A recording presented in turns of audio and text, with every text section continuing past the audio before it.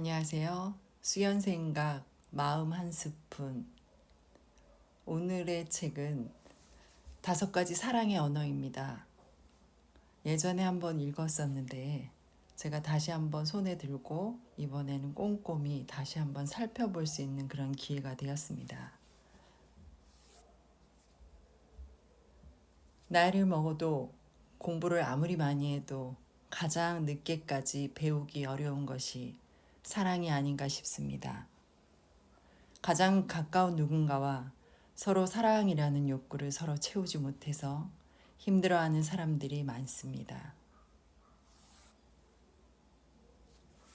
당신의 연애 전선에 이상이 생겼거나 당신의 결혼 생활에서 처음에 낭만적인 감정이 사라지고 현실이 보이기 시작한다면 이 책을 권합니다. 우리의 가장 기본적인 감정의 욕구는 사랑에 빠지는 것이 아니라 본능이 아닌 이성과 선택에서 나온 사랑을 알고 서로 진정으로 사랑받는 것이다. 나는 내 안에서 사랑받을 만한 무엇인가를 보고 나를 사랑하기로 선택하는 누군가에 의해 사랑받을 필요가 있다. 사랑은 노력과 훈련을 필요로 한다.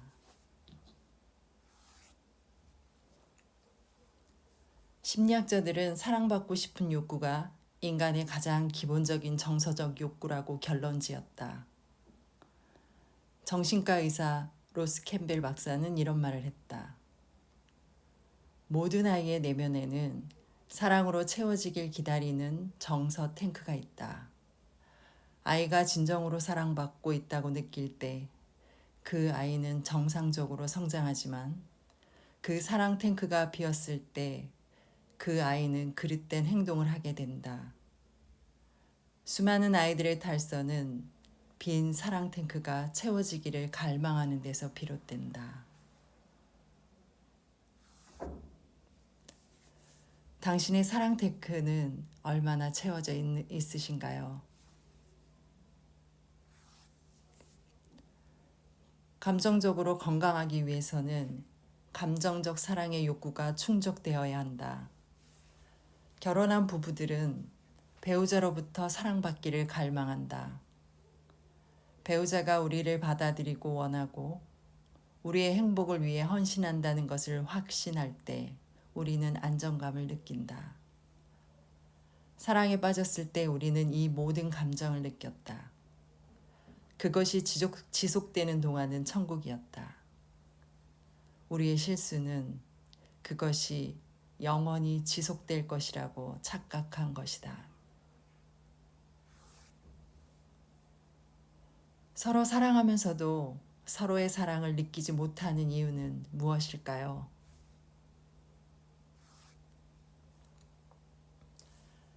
사랑의 언어가 다르면 소통되지 않는다. 외국어를 배우듯이 사랑의 언어는 배워야 한다. 사람들은 5가지 사랑의 언어를 사용한다. 인정하는 말, 함께하는 시간, 선물, 봉사, 스킨십이 그것이다. 당신은 상대의 사랑의 언어가 무엇인지 알고 계신가요? 그리고 당신의 사랑의 언어는 무엇인가요?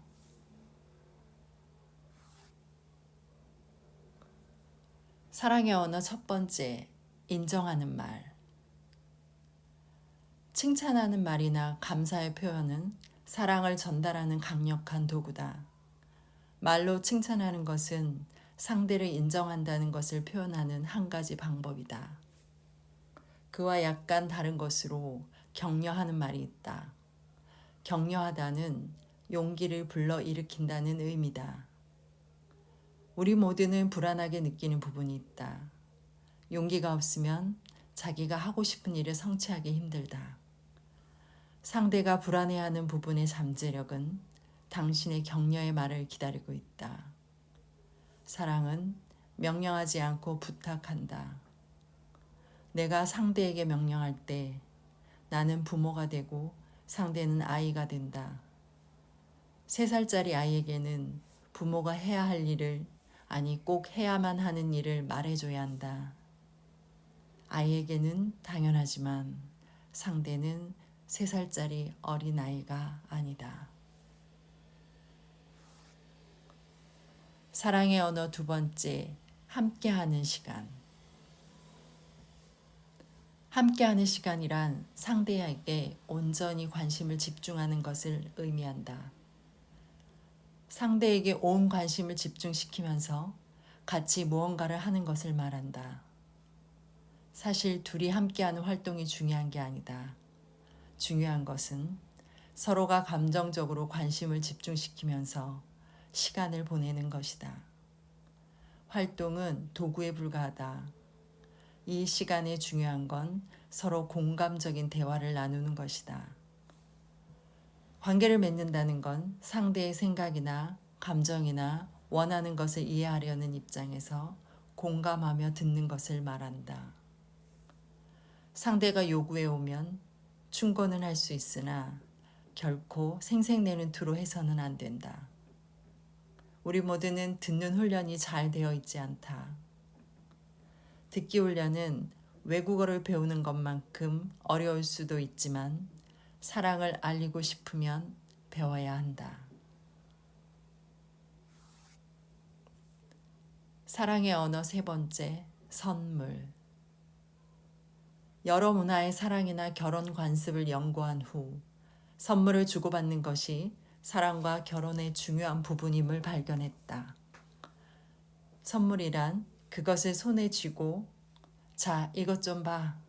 상대가 나를 생각하고 있어.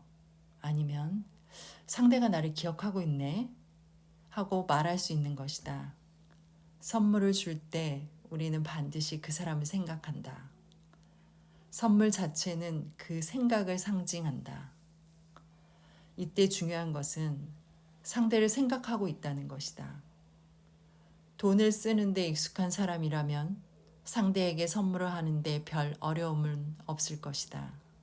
하지만 당신이 절약형이라면 돈을 써서 사랑을 표현한다는 사실에 감정적으로 큰 저항을 느낄 것이다. 돈의 목적에 대해 각기 다른 견해를 갖고 있기에 돈을 쓰는데도 다양한 감정을 가질 수 있다. 돈에 대한 태도도 바뀔 필요가 있다.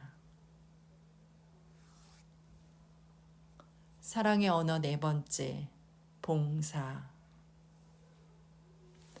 봉사라 함은 상대가 원하는 바를 해주는 것을 말한다. 상대를 도와줌으로써 기쁘게 하고 상대를 위해 무언가를 함으로써 사랑을 표현하는 것을 말한다. 부부관계에서 가장 많이 다툼의 원인이 되는 부분이기도 하다. 요리를 하고 식탁을 정리하고 설거지를 하고 옷장을 청소하고 세면대에서 머리카락을 끄집어내고 거울에 붙은 오물을 닦아내고 쓰레기를 버리고 식사 준비를 해주는 것 등이 봉사라는 사랑의 행위들이다. 이러한 일들은 생각하고 계획을 세우고 시간을 내는 노력과 정력을 요구한다. 자발적으로 이러한 일을 하면 정말 놀라운 사랑의 힘이 표현이 될 수 있다. 사랑의 언어 5번째, 스킨십. 스킨십은 연인이나 부부의 사랑을 전달하는 강력한 도구다. 손을 잡아주거나 포옹하거나 성관계를 갖는 등은 상대에게 사랑을 전달하는 수단이다. 하지만 내가 좋아하는 접촉을 상대도 좋아한다고 생각하는 실수를 범하지 말라. 연애를 하거나 결혼 생활을 하다 보면 위기를 맞게 된다. 사람들은 위기의 순간에 본능적으로 서로 껴안는다. 신체 접촉으로 아주 강력하게 사랑을 전달할 수 있기 때문이다. 다른 어떤 때보다 위기의 순간에 사랑이 필요하다. 위기가 닥치는 것은 어쩔 수 없지만 사랑을 받으면 그것을 헤쳐나갈 수 있다. 말로 하는 위로는 별 의미가 없지만 스킨십은 위기에 상당한 효과가 있다. 이 책에서 말하는 삶의 지혜가 세 가지가 있었습니다. 첫째, 결혼하기 위해 하던 일을 결혼한 후에도 한다는 보장은 없다.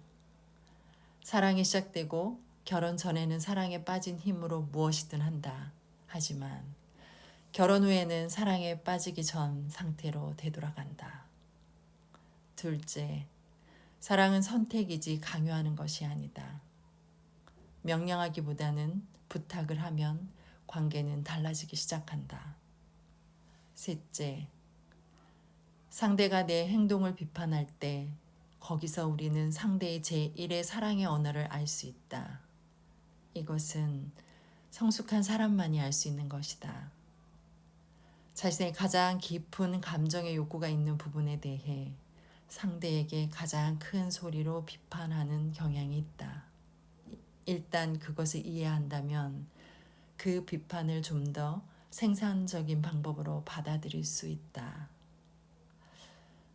이런 삶의 지혜를 조금만 일찍 알고 있었다면 지금의 결혼 생활도 지금의 사랑에 빠진 감정들도 조금은 더 성숙되게 우리가 잘 헤쳐나갈 수 있을 텐데 조금 늦었지만 지금도 늦지 않았다는 생각이 살짝 듭니다. 지식과 지혜는 다릅니다. 사랑의 아픔을 겪고 나서야 우리는 사랑을 조금씩 배우게 됩니다. 혼자만의 노력으로 절대 불가능합니다.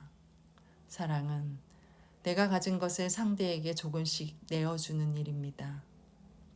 나의 시간과 관심을 꺼내주면 그때서야 상대는 나의 사랑을 느낄 수 있습니다. 당신의 사랑의 언어를 찾으셨나요? 이 책 말미에는 사랑의 언어가 무엇인지를 테스트할 수 있는 문항들이 있습니다. 저도 한번 해봤는데요. 저의 제1의 사랑의 언어는 함께하는 시간이었고요. 제2의 사랑의 언어는 스킨십이었습니다.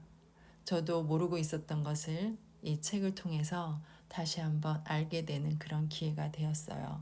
여러분도 한번 이 책을 사서 마지막 부분에 있는 텍스트를 결혼하신 분들은 배우자님과 함께 한번 해보시고 혹시 사랑하는 연인이 있다면 함께 하셔서 서로의 사랑의 언어가 어떤 것인지 알고 있다면 우리가 조금 더 지혜롭게 사랑을 잘 할 수 있지 않을까요? 끝까지 들어주셔서 감사합니다. 구독, 알림 설정은 사랑입니다. 주변 지인 한 분께 공유해 주시면 큰 힘이 됩니다. 오늘도 감사합니다.